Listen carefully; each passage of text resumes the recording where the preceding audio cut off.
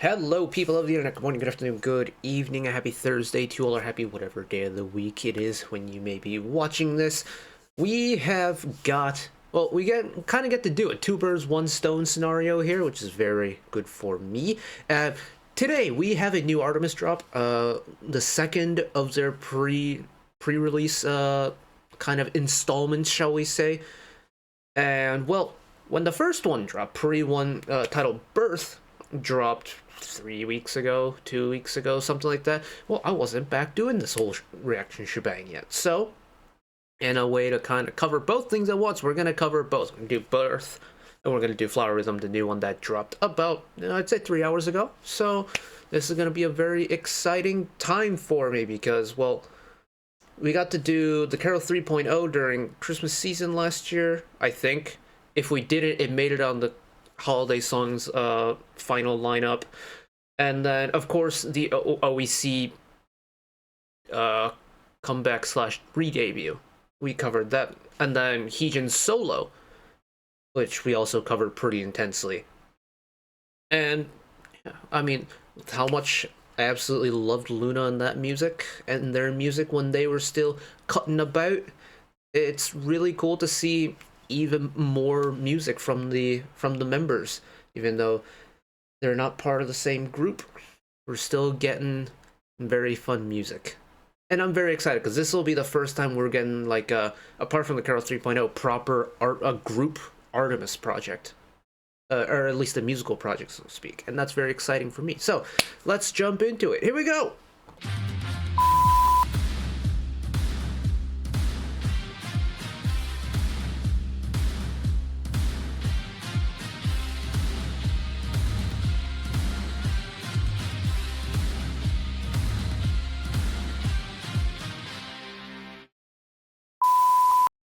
Rightio, so we're gonna start with pre-one Birth. We're gonna go to the new one afterwards, so if you want to skip ahead, time on below is gonna tell you exactly where we are. But man, oh man, I should preface, this will not be new for me. I watched it and I listened to it when it came out, but I haven't really touched on it since. I like watching people watching this. I think the reaction to it is very entertaining. I do want to approach it from kind of a compositional and like arrangement side, because, well, there's a lot to talk about with this song, and for a song that's a sub 3 minute song, there's plenty to talk about musically, which I'm very excited to get into. But I kind of want to re-immerse myself in the horror and the uneasiness that Birth initially gave me back when it dropped. So let's go down memory lane together, shall we? Here we go.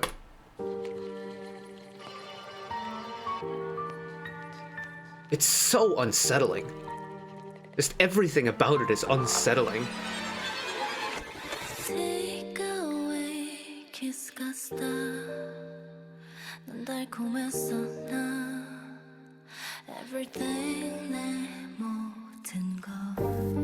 I will say this though, this is one of my favorite produced songs from this year so far.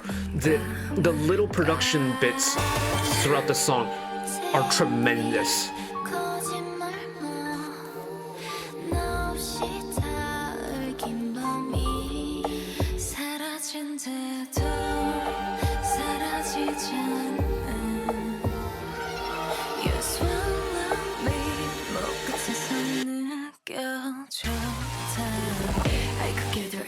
Oh my God.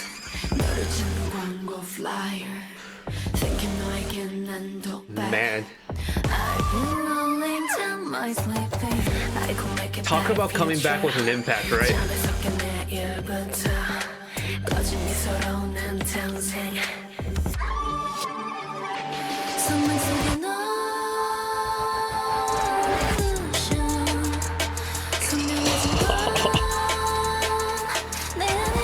If this is what letting the producers just giving the producers free reign is like, let them do it more. This is insane.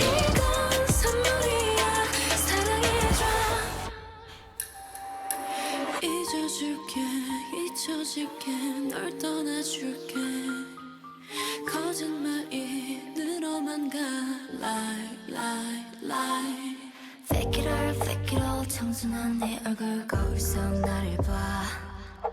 Fake it all, everything is yours.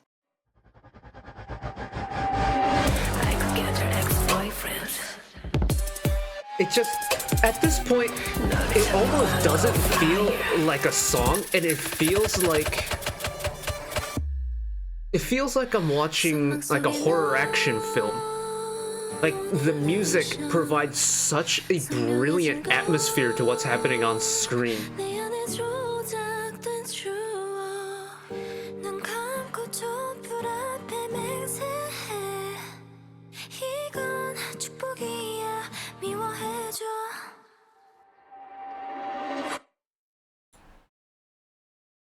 I guess we'll play the last few seconds. I'm pretty sure that's it for the music part, but yeah, okay. Yeah, it's, God, the production for this song is spectacular. And I think a part of it has to do with the fact that it almost requires the visual element to fully appreciate this song. Because without it, I feel like you don't really get to appreciate just the unnervingness of this song. Like, this song puts me on edge listening to it because it works. It takes so many good cues from just classic horror movie sound engineering. Something's about to happen. You have the little like violin riser in the background, hit him with a big hit as soon as the screen changes, or something close pops up, boom, hit him with the loud noise. And there's plenty of like videos and research papers and stuff written about this, but a horror movie is scary mostly down to the sound engineering, right? So say, I think one of the best clips that I've used as like a reference is, if you're watching nature documentaries and you see a great white shark approaching the camera, more often than not, you'll hear kind of this ominous, like, lower string orchestra sound just kind of slowly building in the background. Like, you know, Jaws is a filmmaking, like, Jaws is a film staple, a film classic. Great white shark, accompanied by the iconic John Williams, dun dun dun dun dun, right? Without it, it's really just a shark attacking a boat. It's not really scary. It comes down to the sound that's accompanying what's happening on screen. And that's what Pre-One Birth does so well, in my opinion. But it's not just like the visual element as well. The music itself is written so well. Because we're going to go from the beginning again. Because they haven't really treated this as a song in a way. And I think that's what makes it stand out for me. The very brief panning there at the end too, just like purposely swing it in one side of your headphones more than the other, or one side of your speakers more than the other, and then switch it back really quickly. Long reverb here.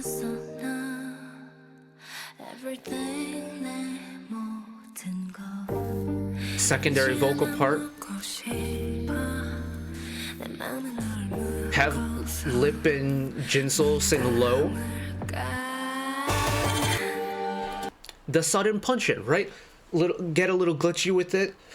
You get kind of like the horror element, you know? Jump scare in music form. It gets glitchy. It gets really loud, really treble heavy all of a sudden. And then switch it back. Miss Chetty on screen.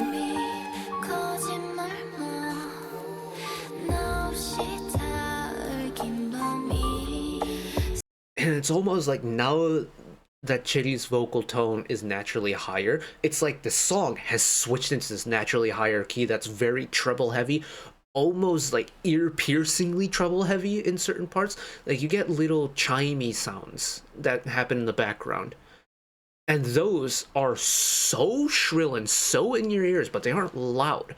It's the frequency that they're played at is so punchy and just literally pierces through everything. And that, again, adds the kind of unsettling element to the song.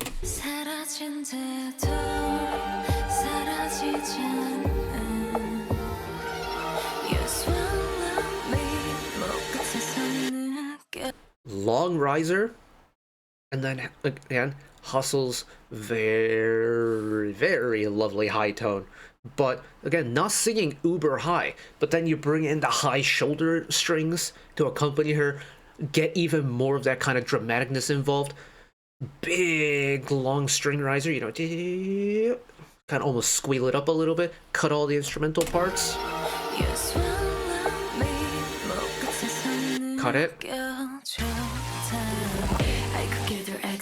and then I mean you bring it in with Heege, and you bring it in with all the stops, all of the glitchiness, and I mean, there's no missing that, is there? There really isn't. I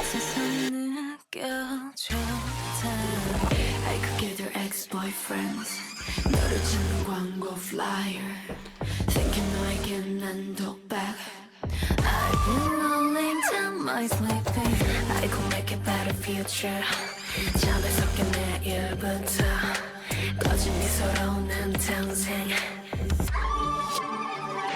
선물 속에 너 And then vocal harmony part without any instrumental parts, and then it all of a sudden goes into this kind of drum and bass type beat, and it just keeps switching, but it keeps switching into a phrase where it doesn't feel natural. It feels like it's trying to give you as many plot twists as possible, but never make you comfortable with it. It's going to keep you on edge every single time, and that's what this song does so well for me.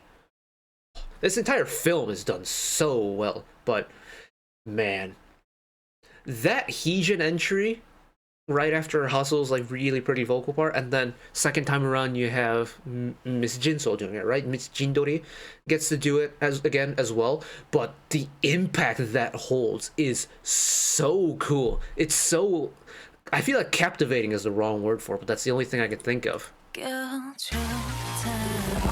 could give their ex-boyfriends 너를 주는 광고 flyer And it's like the vocals are so low, and they're and it's mixed in a way where there's that underlying vocal harmony part, right? It's working in octaves, and because the main vocal part is low, the secondary vocal part is taken an octave higher, which I feel like is very uncommon in pop music. Is usually the top line, the main part of the top line is the high part. You get ad-libs that can, you know, sometimes flip up into your falsettos and your whistle tones, but usually the supporting harmony part is lower than the main top line. Not for bursts, it's the other way around, and I think that adds such a nice texture. Oh man, I forgot how fun that was to listen to. But we have Flower Rhythm. This is of course pre-2, the one that dropped to D. No captions as of yet, but that's okay because I usually get lost in the music anyways. I'm much more an ears first type of person. So, Flower Rhythm. I reckon, just based off of the fact that the thumbnail is a very different concept, and from the various little pictures I've seen floating around on the Luna subreddit, I reckon this is going to be a switch in some capacity. So let's find out.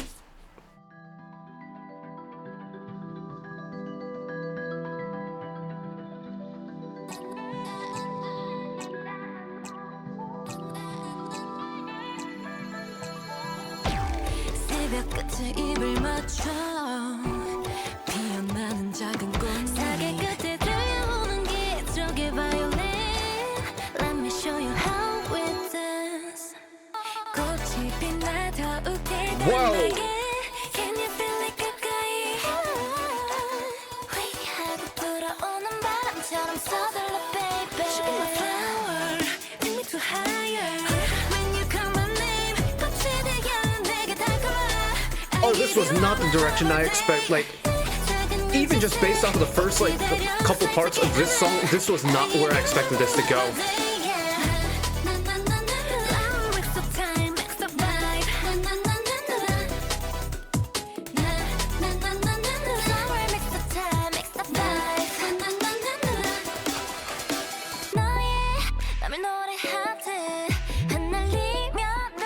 Wow.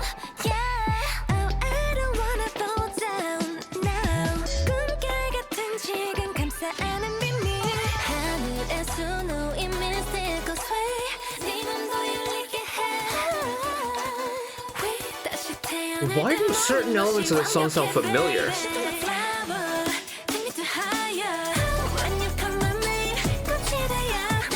That is a punchy chorus though. But it's quick, it's busy.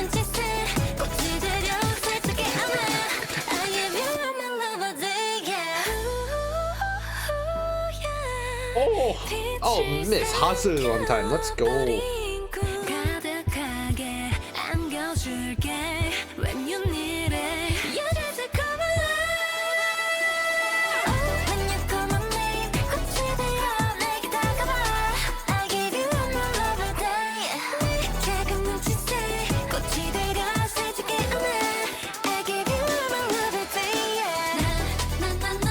Flower mix the time, mix the vibe.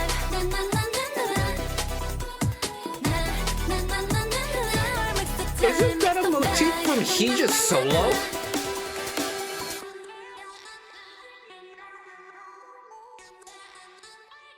I swear there were elements of algorithm in there. I'm not tripping, right? Wait, hold on. Comments.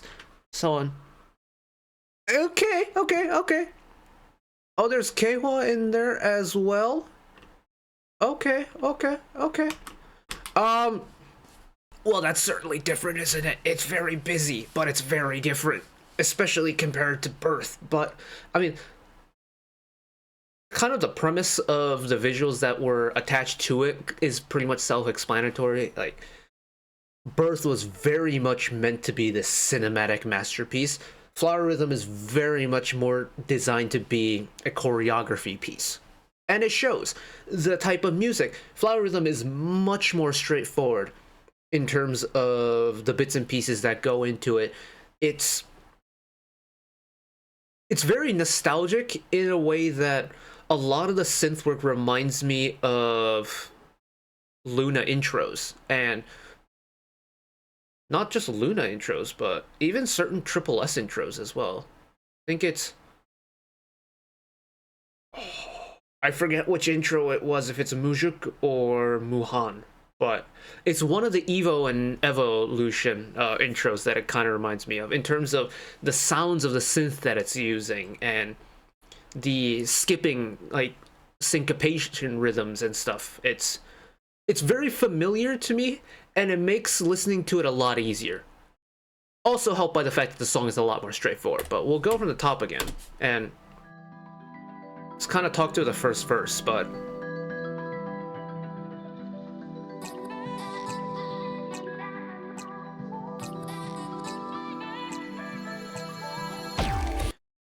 Up until that point, when you have the kind of slowly fading in elements, I think it's really cool at the fact that, at least for me right now, having only listened to this once, I don't know what the meter of this song is going to be. I don't know where the major beats are in that entire sequence, so I'm just sitting here left to think, oh, what is this going to be? What pace is this going to be at? Because for me, there aren't enough telltale signs to tell me where the major beats are, or what the speed of this song is going to be. It could be a really slow 4, or it can be a really quick 8. I don't know at this point. But... so you got this kind of like pulsing pace. Like at this point, it feels very slow. Riser, cut it, and then...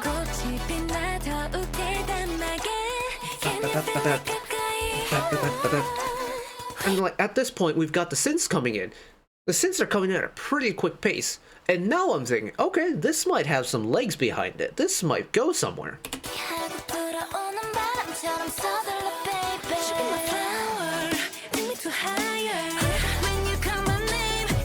And now the full drop comes around, and now I'm thinking, holy smokes, this is a fast song. But it's got everything working with each other, right? Fast vocals, fast instrumental part, busy instrumental part, but nothing ever really feels overwhelming apart from the fact that, well, the drop just happened, and whenever a drop happens, you're naturally left to feel like, wow, that's a lot. But it doesn't feel like any part of the song is overwhelming itself, if that makes sense.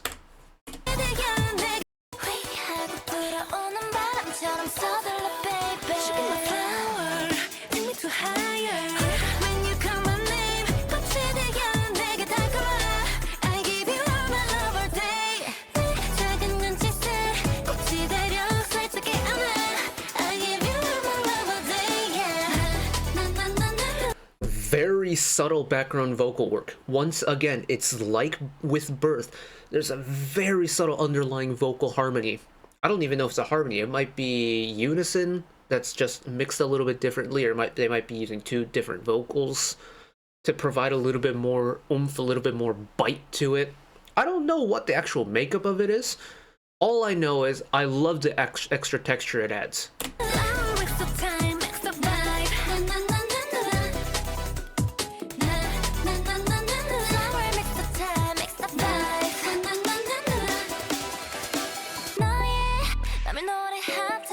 And then having that really deep 808 part, it's almost like resetting the song again, isn't it?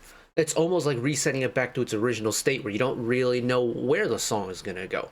Now that we've heard the first part of the song, we know exactly what the pace of the song is going to be, but by dropping it all the way to the bottom with just the pure 808s, after this really fast-paced na na na na na na part,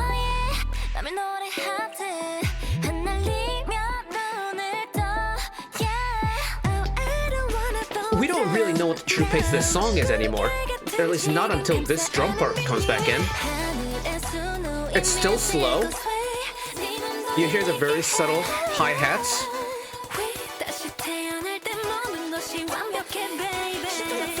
Riser. Full pace again. And I think that kind of playing around with the whole sensation of speed idea is so well done. Both times, too. Both times. Not just with Flower Rhythm, but... ooh. I miss them doing music together, but I miss the kind of wacky music that they could do. And this isn't just ARTMS, but like Luna in general. I feel like never did music sit in a simple way, especially when it came to their title tracks. They've always had a little bit of something spicy, a little bit something different. And I'm glad that even though these are pre-release clips, in a way, that kind of musical explorative side, or the musical kind of tinkering side that I fell in love with during the Luna days, is still about with ARTMS. That's nice. That's nice. But that does leave me with one question, is going from something that is so dark but also just gloriously cinematic to something that's really glitchy and modern but also choreo like oriented, what in the manner of all that is holy is Pre-3 going to be? What maybe little Easter eggs are we gonna get? Because if, you know, Heejin's algorithm and Keihua were involved with Flower Rhythm, are they gonna possibly squeeze in some OEC in the upcoming pre-release little clips? I don't know. But the possibilities have me very excited indeed. And I'm so glad I got to catch up with them in this way, because I missed covering them dearly. But that is it from me today. Thank you all for dealing with my double dose of rambling today. Thank you all for watching along with me. Hopefully you enjoyed it as much as I did. One last request from me today: let us work together as a community to bring a little bit of extra happiness back into the world, whether it be checking with your friends and family, holding the door open for somebody, or even picking up a piece of trash off the street. Just one small act of kindness that may brighten up someone else's day today. And know that wherever you are in the world, should you ever be going through a tough time in your life, for whatever reason it may be, even though I'm just some guy on the internet who waffles about music in his free time, know that I will always be a friend, an ally, and a shoulder to lean on whenever you need me. So take care of yourselves, take care of each other, spread the love, and I'll see you next time. Bye-bye.